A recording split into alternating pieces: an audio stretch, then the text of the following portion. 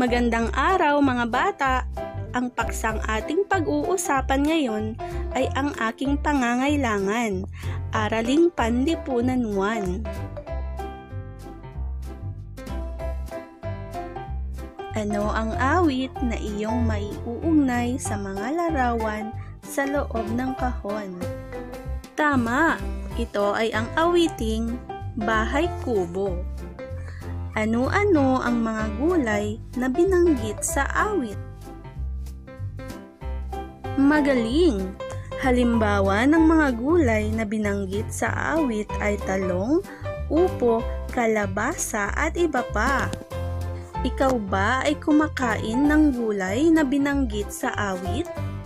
Tama mga bata, dahil ang gulay ay masustansyang pagkain na kailangan ng ating katawan.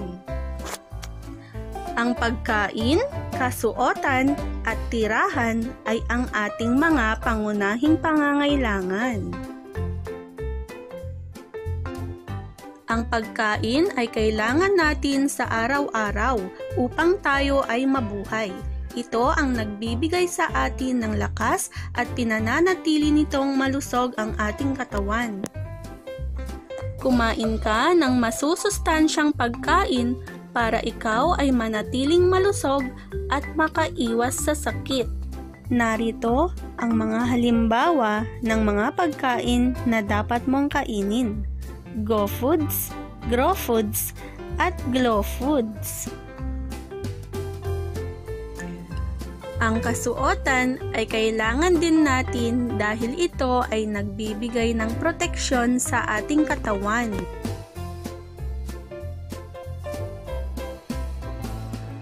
Iba't iba ang gamit ng kasuotan.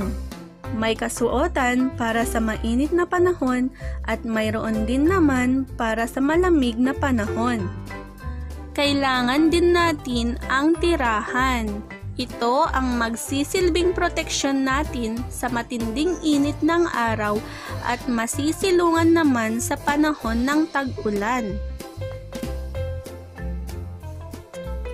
Ang pagkain, kasuotan at tirahan ay ang ating tatlong pangunahing pangangailangan.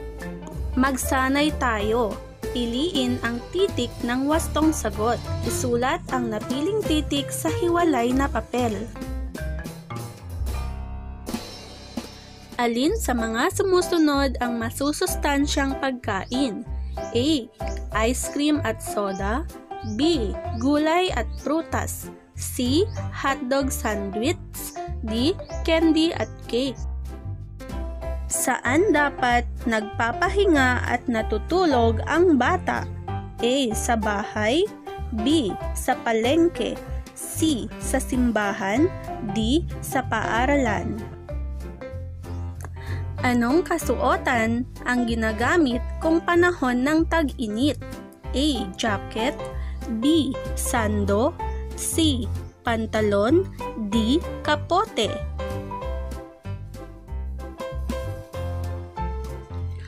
Anong kasuotan ang ginagamit kung panahon ng tag-ulan? A. Jacket. B. Sando. C. Shorts. D. Pantalon.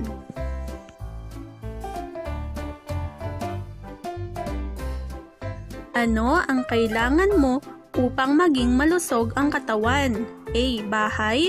B. Laruan. C. Damit. D. Pagkain.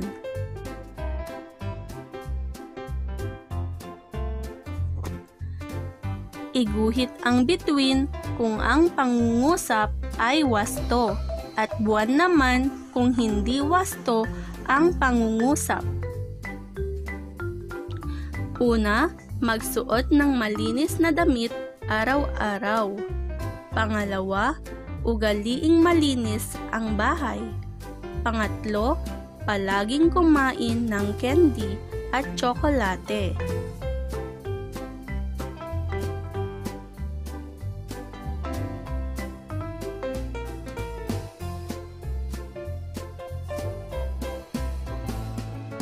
Natandaan ba ang ating aralin sa araw na ito mga bata? Kung gayon, lahat kayo ay aking binabati. Ngayon ay tapos na ang ating aralin. Salamat sa pakikinig mga bata!